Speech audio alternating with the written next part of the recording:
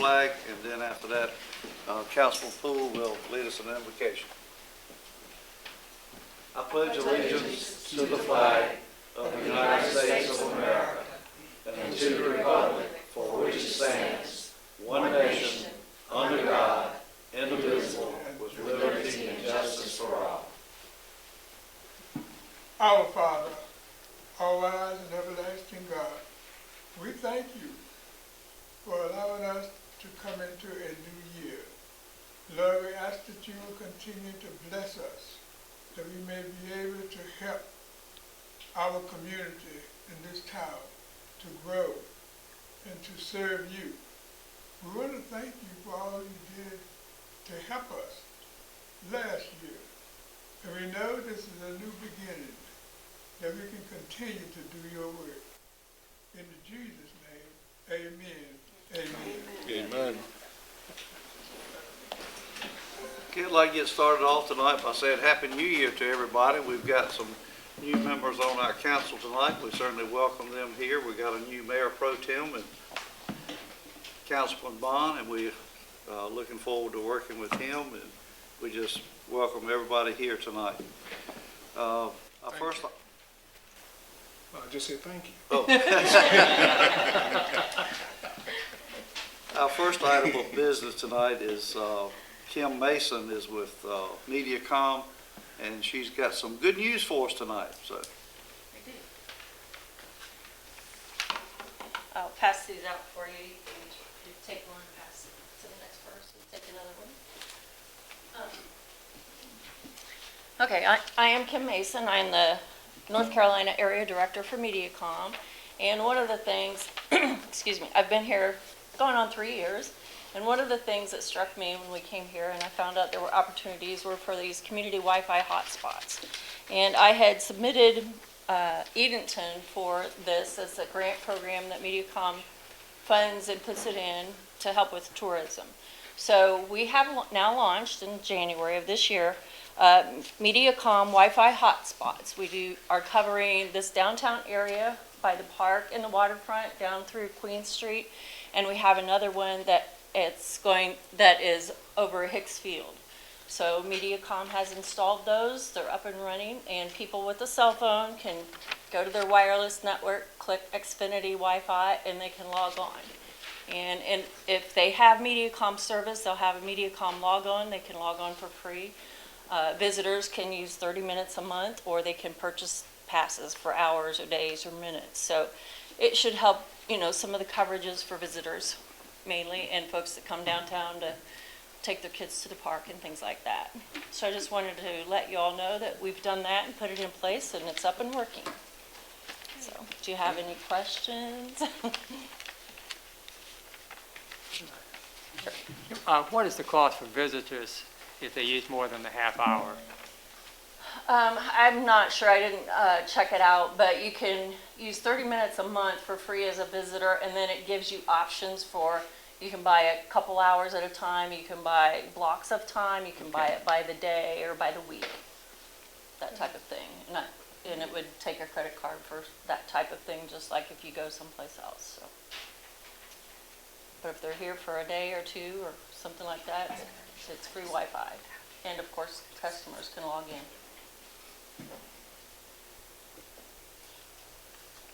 Mayor, can I? absolutely. I was just going to thank Kim and MediaCom for all of their support and assistance over the years. I believe it's been about 22 years now that MediaCom has been working with the town to allow us to rebroadcast council meetings through the MediaCom site. So anyone in the community who subscribes to MediaCom, and also our friends in Hertford who subscribe to MediaCom, Right. can, On television. can tune in.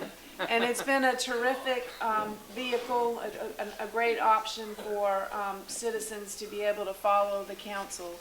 And so we appreciate it. We get a lot of calls from other communities asking, how do you do that? And I said, well, MediaCom just makes it happen. So I don't think that happens everywhere. So we appreciate it. Thank you, Kim. You're welcome, and thank you. And, you know, as you all know, MediaCom launched 1 gig internet service, and then anybody that can get our service can get up to 1 gig, you know. So it should, that's state-of-the-art type internet speeds for folks, so. Great. All right, thank you. Thank you very Thank much, you for your Kim. time. We're looking forward to working with you on that. Okay, does anybody else have any questions for her or anything?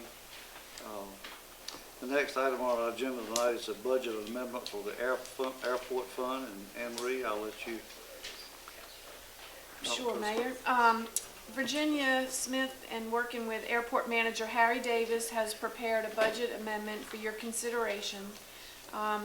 We are requesting the revenue side of the sale of jet fuel be increased by $40,000, and then on the expense side, you increase expenditures by $40,000.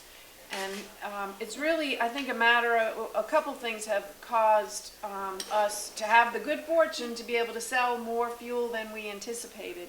Harry reported that Dominion Power contracted with a helicopter service who did a lot of tree trimming from the air along the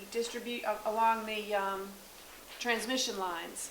And the helicopter based at our airport, and Harry added a few little perks, like use of the courtesy car, use of the airport lounge. But the helicopter ended up buying a lot more fuel than we had anticipated. And then, unfortunately, one of our neighboring airports, their fuel system was down for a while. So a couple big jets came from Kinston and had to buy fuel from our airport. So their misfortune was our good fortune.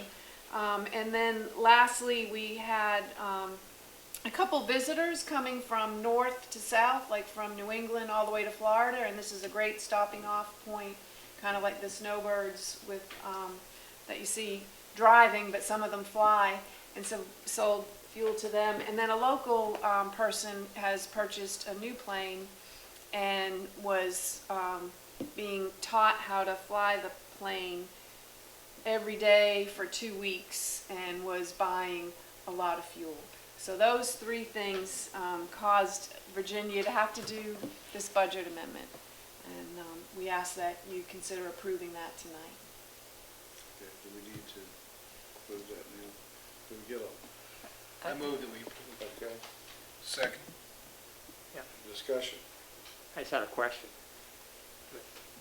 That, yeah, do we make a profit on the gas? We that we do. sell? We do. It's, I wish Harry were here tonight. He's actually with our airport consultant who's be making the engineering firm will be making a presentation at our meeting in the morning. The ratio, I can't remember off the top of my head what the ratio is, but I'll get that for you, so, yeah. I'm sorry. Okay, no problem.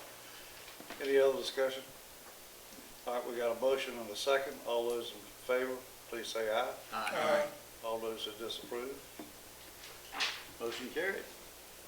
And unfortunately, we're going to be working Anne Marie quite a bit tonight because all these items that we got on our agenda are her items. So the next one is travel expense, travel and training expense. Some of us are going to different meetings and programs to be trained, and that is Roger, myself, Hack, and Anne Marie. Well, you just did it. You're all going to go to the School of Government. They're offering a class for newly elected officials, and Mayor Stallings volunteered to attend with our new council members. And we'll be going to New Bern the end of the month, and the class starts very early in the morning, so we're going to drive down late afternoon and spend the night and return to Edenton late Friday evening. So recommend approval of the travel requests as presented, Mayor. Mayor, 2 years ago, Councilman Poole and I went to the same program in Greenville, and we found it most interesting, most educational. We got to meet some great presenters from the North Carolina League of Municipalities and the UNC School of Government. and it was 2 days of quite a bit of work, wasn't it, Mr. Reverend Poole? But it was very interesting. I think you all guys will enjoy it. They usually put on a good program there.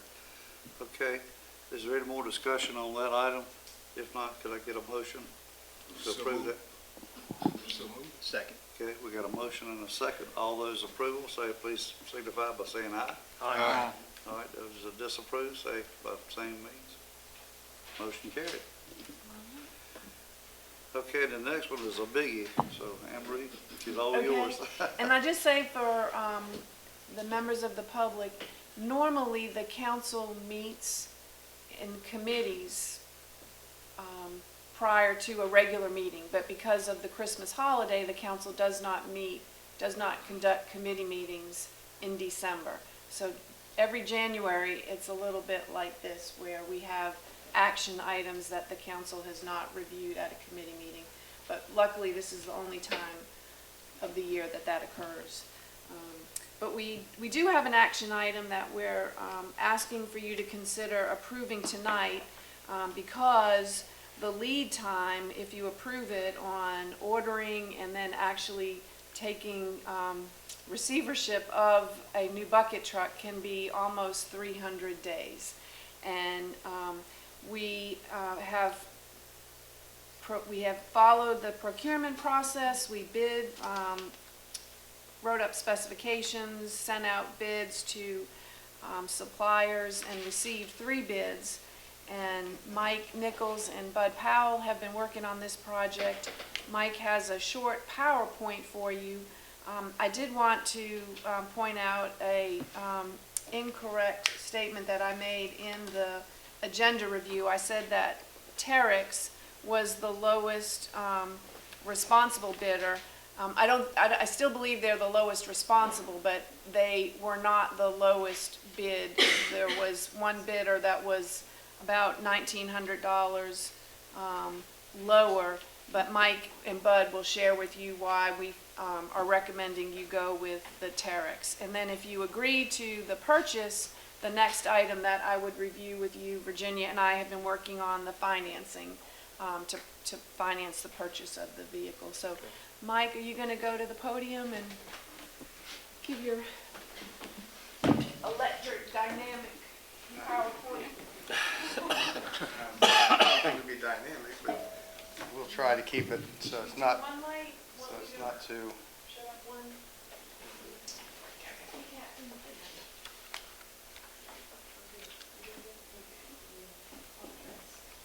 how you work this thing? How you work this?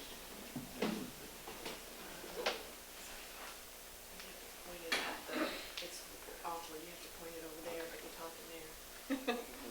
I got it. Thank you, Anne Marie. Good evening, Mayor, council members.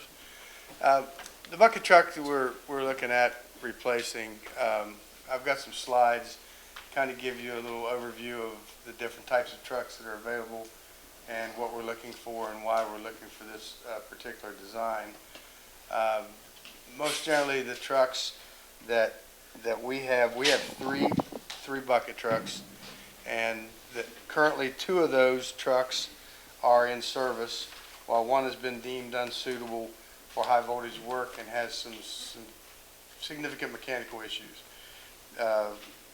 Most utilities that have bucket trucks keep them from 10 to 12 years, and then they retire them due to the fact that once they get to that age, the repairs or the maintenance is overwhelmingly high because the newer trucks are out. The cost is to get those maintained. For instance, a leveling cable on a truck should be replaced during a period of time, every 5 to 6 years, which is probably about a $10,000 replacement. So when you amortize it over time, it's usually cost effective to keep your fleet a little newer. So reason for more than one truck, as you're probably wondering, is oftentimes during storms we have multiple outages in different locations. We have to have sometimes even 2 trucks on the same pole to work both sides of it. We just encountered this Friday. at Advanced Auto Parts. Pole got broken. We needed 2 trucks to make the repairs and get the customer back in service. So it's not uncommon to have more than 1 truck at a time. So the fleet has to be, multiples of trucks. The first truck that I want to show you here is a 1989 GMC, which is our truck that is not suitable for use. It has 123,939 miles. It has mechanical issues due to the age and does not have a material handling jib. Now, material handling jib, I'll explain this in just a minute, and I've got some pictures I think that will describe it pretty clearly. But this is one that the leveling cables have never been changed on. So basically, we are not in compliance if we use that truck if the cables have been expired. They're dated and stamped on them. This is the other truck we have, which is a 47-foot smaller bucket truck. It's a 2015 with 50,664 miles. It can only perform limited tasks with the shorter height. It's good for in-town work, but it lacks the reach on tall poles. It's good for lighting issues, services, and things that we can get close to when the poles aren't very tall. Unfortunately, the poles nowadays, with the clearance issues, with obviously Medicom is here, their presence on the pole, they have a zone in the middle of the pole that is for communication. We have to honor that and keep our high voltage spaced away from that so they have clearance to have their communications through. This is the third truck. This is a 1995 50-foot Altec. It has 181,000 miles on it. It does not have a jib feature either, which is a material handler. And this is has been our backup. We use this for the taller poles. It does have age on it, and it's should be at some point in time replaced. But right now, it's still mechanically sound enough, and we keep it tested for dielectric and the protection of the workers. So it's not bad yet. This is a truck that I want to show you. The reason I'm showing you this is a truck that that 47 footer we just have, that is not an over center. And not over center means this truck, the bottom boom goes 90 degrees, the top boom goes up from there. As you see, the only way it can go is out and down on this, so it cannot go past center when we have it. So it's usually either straight up and goes down. So this is a non-over center bucket. What we're proposing to get is an over center bucket, which is this design right here. This is the replacement truck we'd like to get, is a 55-foot Terex over center with a material handling jib. I've designated the arrow to show the jib location. I'll show you a little bit more about how that jib performs. The significance of this truck over the other trucks, which Anne-Marie said, this was not the lowest price. But this truck possesses about 300 pounds of payload, which are manpower. The one bucket was 400 pounds in the platform. This one is good for 700 pounds. And that material handling jib is a 2,000-pound winch.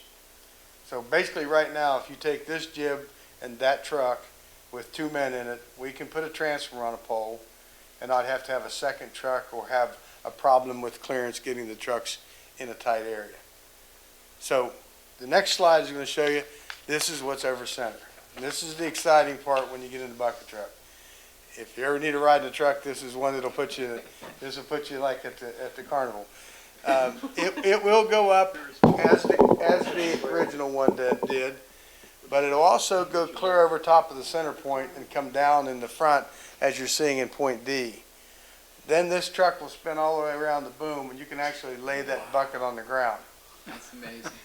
And this bucket right here with the boom extended in any position has a 2,000-pound winch and will carry 700 pounds of persons and gear.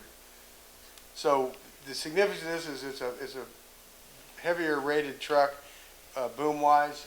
I myself, Terex has been. I've put a 100 kVA, 1,150-pound transformer by myself in the bucket.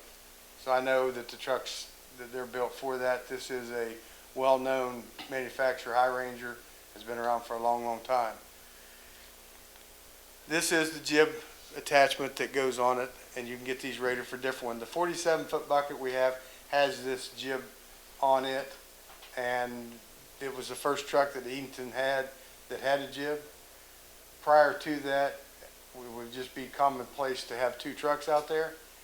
Now, if the jib's not there, if the truck's not available, it's like, what did we do before?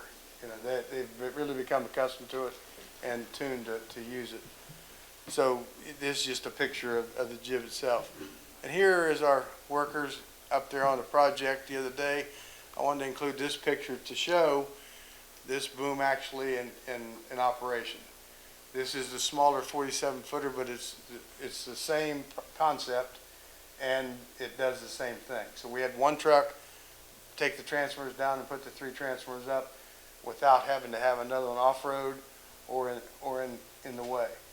So like I said, this truck that we currently are looking at and have recommended, Bud and I have been over the specs several times. There are some features that this has the other one doesn't.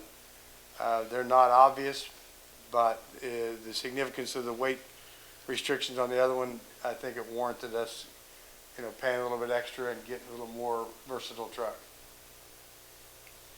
So that's all I got. Well, This when you is the spend that actual kind of price. money, $1,900 is not much. Well, exactly, but you know, this Optima truck is a Freightliner truck, cabin chassis, and the boom is a 55-footer, which means we can work a 70-foot pole. Okay, that's been restricted. Yes, sir. Mike, 2 questions. With the 1989 GMC that we're going to be retiring once we get this one in place, is there some sort of aftermarket for that? Are we going to be able to get some money back? Yeah, there's 2 options. Gov deals, we can put on gov deals, and someone will buy that truck. Now, we sell them as is, so that we're not responsible for anything mechanically with it. There is also a location in Texas that if the truck's not too old, this may be too old, that they'll buy the truck from us and refurbish it with a new boom. So, you know, the engines run forever on these trucks because they're diesel, and if they're maintained, they tend to last a long time. So the thing they usually do is rework the boom, the top side, and you can get something out of it. I don't know that this will qualify because it's pretty old, but the local tree trimmers, the local painters, there are a lot of uses of this truck that don't qualify for our standards safety-wise in the electrical industry. So yes, there is some value to it.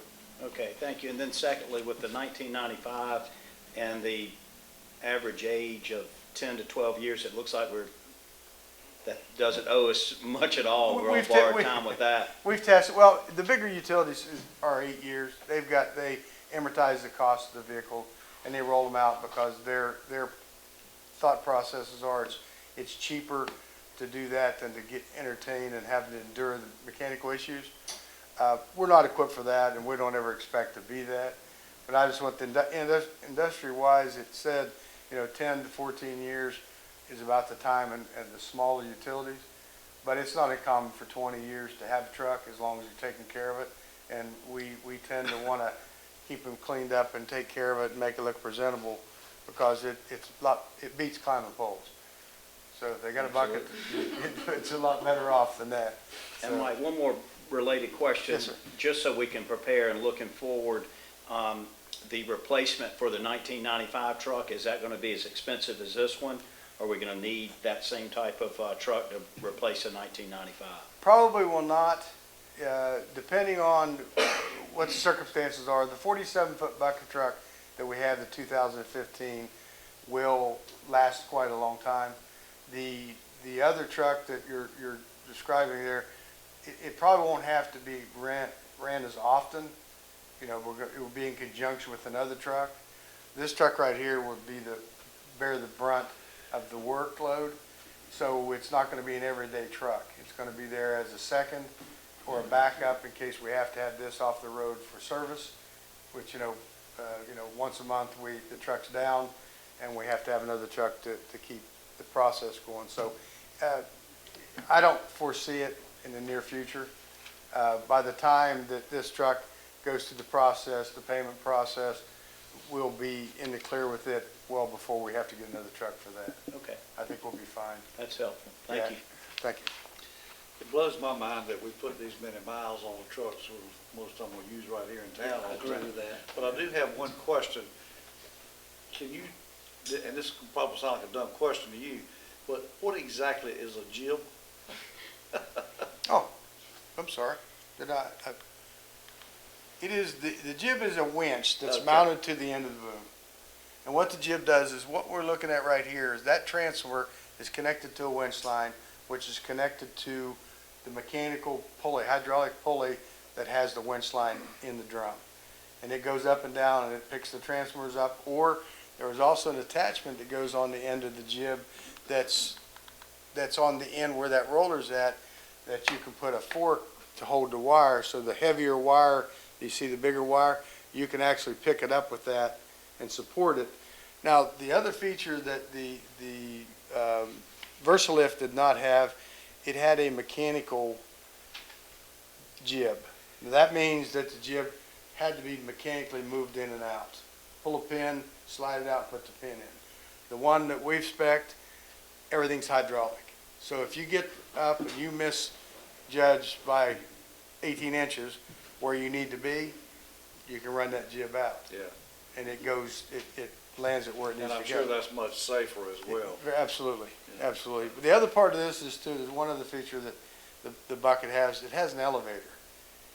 And the bucket, you asked what elevators are.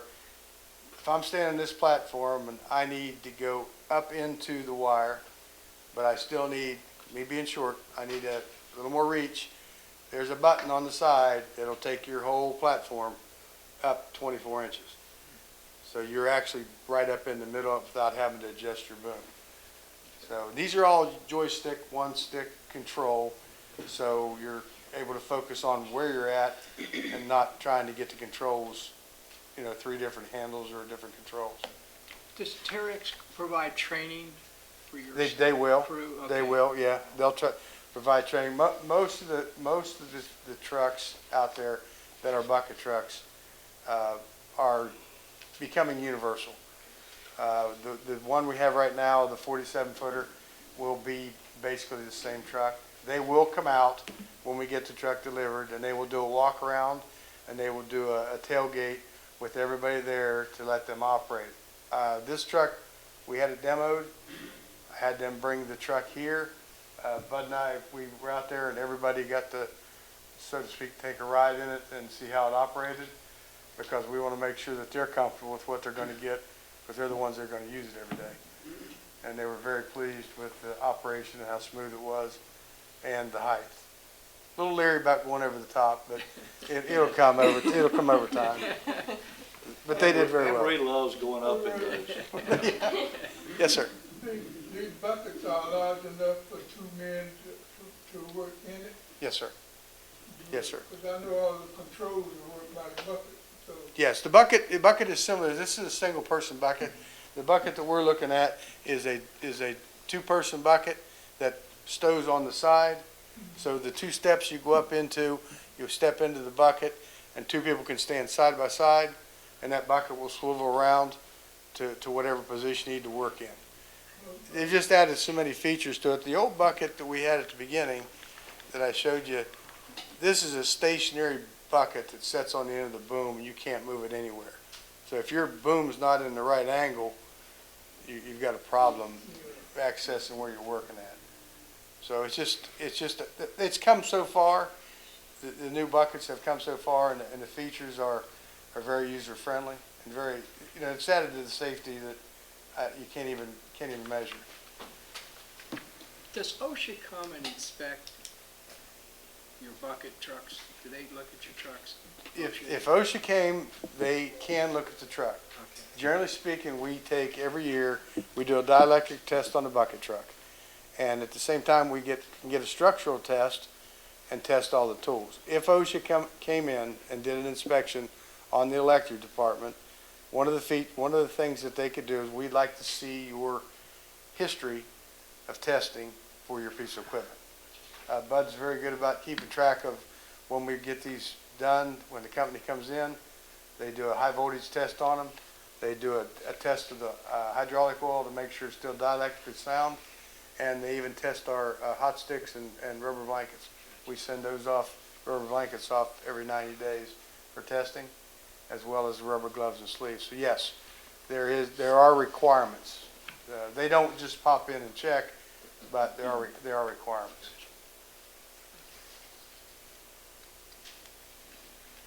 Any more questions of Mike? I'm sorry. I've got a lot of questions being asked because this sounds like, or the operation of these things sound like a real safety issue. That, most of the time I've seen that they cover these valves up with some kind of rubber so could nobody get shot. But if you make a mistake operating that thing with man, Yes, sir. then you might be in trouble. Yes, sir. That's definitely why we stress so much and work so much on training and safety. It's probably takes more time to go over the jobs to make sure everybody's in the right page than sometimes it does to do them. And those rods that you saw were covered, those are rubber hoses that are for protection of the individual in the bucket. And they are for not personal protection, they are for incidental contact. That's why they're orange and great big, so you can see them. Because obviously when you look at a thin piece of wire in the skylight, it's hard to judge the distance to it. When you make that bigger with the orange, it makes that more relative to what you're looking at. So it's a little easier to maneuver. But yes, sir, this is a very dangerous job, and it takes a lot of preparation and a lot of training to do well. These guys do very well. What's the delivery date? You mentioned up to 300 days. Well, they gave me at the beginning, they gave me 340 days. Then they gave me, it could be 285. They said roughly about 300. Once the approval's made and we have a number, purchase order number with the financing in place, then we'll be in the queue in the process. And it just, every one of them is made to the standards that whatever they're ordering. I'm going to say 300 is a pretty good time frame because that's about the average, but it may be quicker than that. I have to check after we get a little further in the process. We'll know better. It's just a long time. That's the problem with these things. Just You'd like to have it next week? well, I'd like to have it yesterday, but they don't have these sitting on lots because they just don't. They make them and sell them as fast as they can make them. Especially this model, this brand, or this manufacturer is very well known and very sought after piece of equipment. And I appreciate entertaining the fact to get it for them because I think that it's a nice asset for the electric department and will provide very, very good service for many, many years. So High Ranger is the manufacturer? Terex is the manufacturer. High Ranger is the brand. That's what okay. they call the truck. And we get, like I said, we went with a 55-footer to get us that extra height because we're having to go a little taller, and it's just going to be a lot more versatile. The truck, I believe, the specs, and I should have brought them with me, but I think with the bucket over center out on the outside, I think the bucket has a 62-foot reach from the truck out. So, of course, you get out there on the end, it's pretty wobbly, but it does. It does, yeah. If you're not used to them, it's kind of hard to get your sea legs on it. Anybody else have any questions of Mike? Okay. All right, thank you, Mike. Thank you. Appreciate it. So Mayor, maybe you want me to go over the financing plan, and then I would think that you would want to authorize the purchase of the truck after you review the financing plan. Is that okay? Yes, absolutely. So, we have in the past financed, well, the most recent truck we financed, and the final payment is made this year, Virginia, or was it last year? It was last year. So, we solicited proposals from banks and received 2 proposals. You got copies of the proposals in your packet. The lowest rate offered came in at Southern Bank, and they were offering an interest rate of 2.65%, and we like to do the 5-year. We think that is reasonable and prudent. Atlantic Union, which is the former Zenith Bank, we appreciate them submitting a proposal. Their interest rate was just a little bit higher at 2.9%. But the Local Government Commission allows municipalities to purchase equipment through what's called a lease purchase agreement. And we don't have to get approval from the LGC, but we have to enter into a financing agreement with the bank. And we've done that many times. We've financed the purchase of police cars, of fire trucks, of street sweepers, and it's a nice way to kind of spread out your payments so you're not dipping into your reserve all at one time. Virginia ought to have a bell outside of her office when the final payment is made on a particular project. Yeah. Ring that bell. Ring that bell. There you go. There you go. So if you're inclined to act tonight, we would ask that you authorize the mayor and the finance officer to execute the documents necessary for the lease purchase of the bucket truck, and then separately, then you would authorize the purchase of the bucket truck. Need to have 2 separate I motions. think so. I think that would be cleaner for the minutes. Okay, at this time, we'll entertain a motion to, for the lease purchase agreement for the bucket truck. So moved. Second. Okay, we have a motion and a second. Any further discussion? Okay. All those in favor of the lease purchase the bucket truck, please signify by saying aye. Aye. All those opposed? Motion carries. Chief Bass, there goes your fire truck.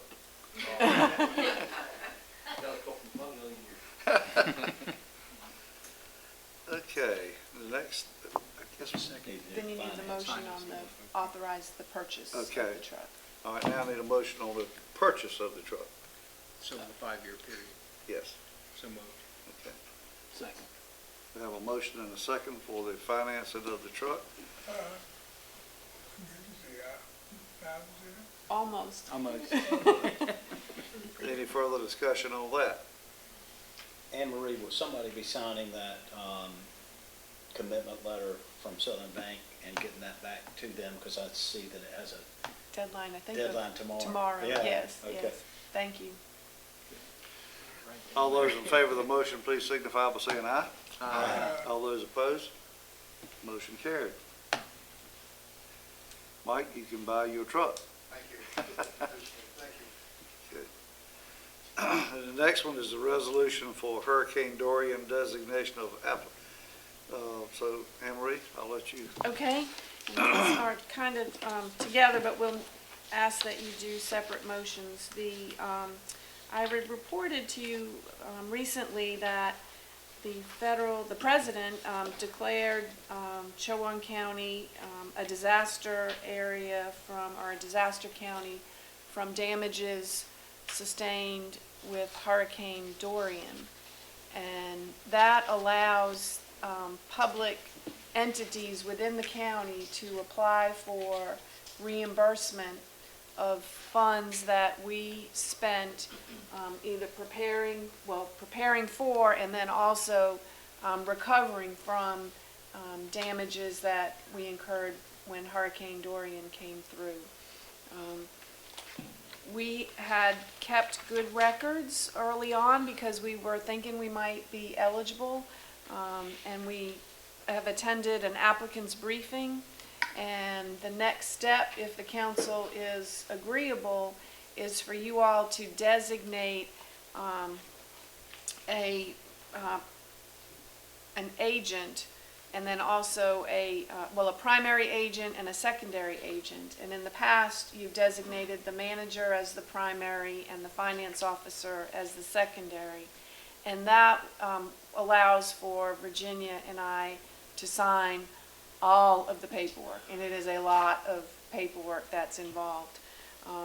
The second item that we're asking you to consider is the actual agreement. It's a grant agreement between the town and the North Carolina Department of Public Safety. They handle all of the work on behalf of FEMA. And we don't know for sure how much money we will be receiving. As a matter of fact, Thursday we have a big meeting. They'll be reviewing all of the information that Virginia and the department heads have put together. We think it could be anywhere from $30,000 to $50,000, maybe even $60,000. So the first item would be for you to adopt the resolution designating the applicant's agent, designating the town's agent.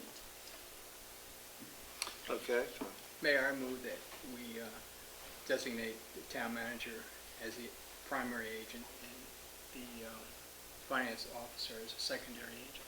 okay. Do we have a second? Second. Okay. We have a motion and a second to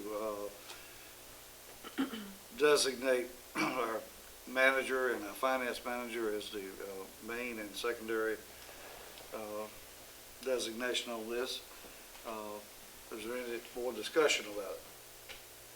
If not, of those who approve, please signify by saying aye. Aye. Those disapprove, motion carried. And the next one would be the grant agreement for the Dorian disaster assistance. We need a motion for that. So moved. Second. Okay, we got a motion and a second. Any discussion? When you receive the money back from FEMA, does that go back into a line item account, or is that going to a reserve account, or? What we will do is, once we know how much money FEMA will approve, you'll have to adopt a budget ordinance, a budget amendment, and that will eventually find its way back to the funds, like expenditures that will be reimbursed that the electric department incurred will go back to the electric fund through journal entries. And yeah, it's complicated, but It does go it does help the bottom line. It does. So we have capable people that can handle that. We do. Okay, we have a motion and a second. We've discussed it. All those approve, so please signify by saying aye. Those who disapprove, motion carried. So we have their Dorian approval. So, okay, and the next thing on their item is our items that's considered timely important. Anything up here, any of you have anything that you want to share with our colleagues that, Mayor Stallings, I did want to ask a question and just bring up a concern. Anne Marie, I think I've mentioned this to you before. Does DOT have any sort of formal litter pickup program or litter abatement program? I'm very concerned about the litter, particularly on Highway 17 on the exit ramps. Yes. They, in the past, have had a program with work release with inmates. That had been suspended because of the tragedies at the different prisons. I did email Jerry Jennings, our division director, to ask if there are other programs out there that he's aware of. I also asked, were there programs that he knew that local governments could implement. Kudos to the Chamber of Commerce for spearheading the litter sweep campaigns. They did that in the spring But a week and later, in the it's fall. back to where I it is. know. Yeah. it's tough. amazing. It's amazing how the trash. It is. Yeah, it's very embarrassing, particularly a town that prides itself Yeah. on its appearance. I was at an out-of-town meeting with former Mayor Vaughn today, and we came back in on the North Broad Street exit, It's terrible. and it was terrible. And I look at it as a citizen, and it was terrible. And I try to think what somebody visiting our town for the first time, coming here to spend money, would think. Yeah. And it was completely unacceptable. I would be interested in us continuing those efforts. That would be good. And we can, I know in the spring, we put, a lot of pressure on the police department and the sheriffs for enforcement, and I was really proud. I know there were several examples that the police department brought to our attention where they found bags of trash, and they went through the trash and found who, mailing, and they were able to charge people. And we need more of that. We need to continue to do that. I know the county was instrumental in receiving some signs, no littering signs, but you're right, we need to do more and try to find out what other best practices are out there. Emery and I were talking about that yesterday, and I was with a group that helped clean up one of the entrances on 17 out here, and I had left my truck on Paradise Road and walked back down after we had cleaned it all up. People had already gone by there just that quickly and thrown out bags of McDonald's trash. Mm-hmm. It's mind-boggling why they do that. Yeah, I know a lot of pickups have trash in, and it sort of blows out of the back of the pickup. It's bad. Anybody else have anything up at Roger?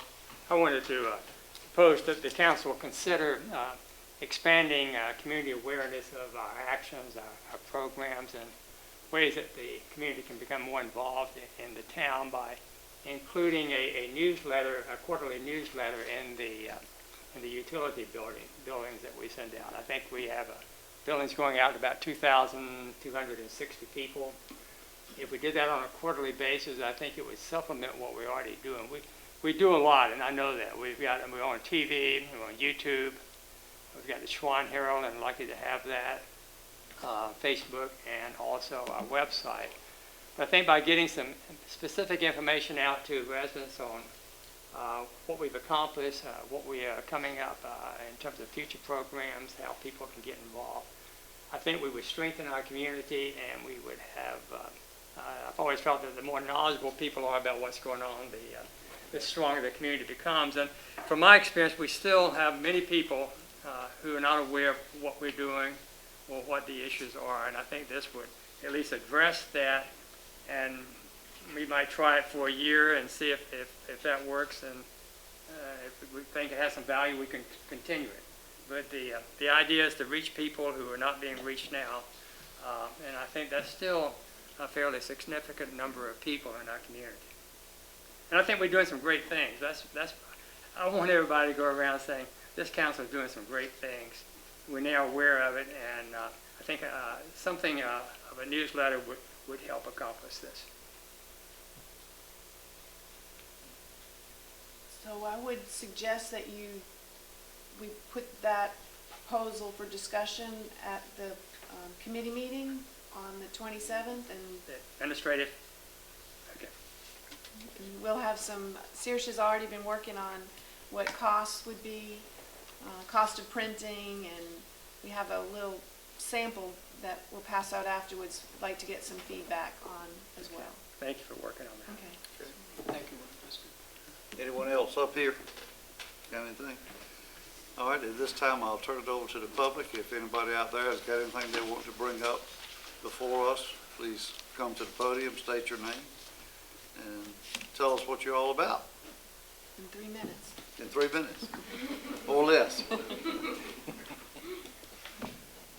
Okay, seeing none, I'll close the public hearing. And one thing I did forget that we need to bring up is, we had talked about having a vision statement in February, and Anne-Marie has reached out to the league and has got someone there that will come and help us do our vision statement, and because we need some guidance as to improve that. Anne-Marie, if you want to touch on that some, please. We have a conference call scheduled tomorrow with someone from the league who's trained specifically to work with governing bodies and helping them either update vision statements or conduct retreats, what have you. So I asked him to be prepared to give us some dates for like a half-day session. Hopefully we can coordinate something in February. So we'll have some dates to roll out to you, hopefully by the end of the week. Great. Okay, thank you. that completes our agenda tonight. I'll entertain a motion to adjourn. So moved. Okay.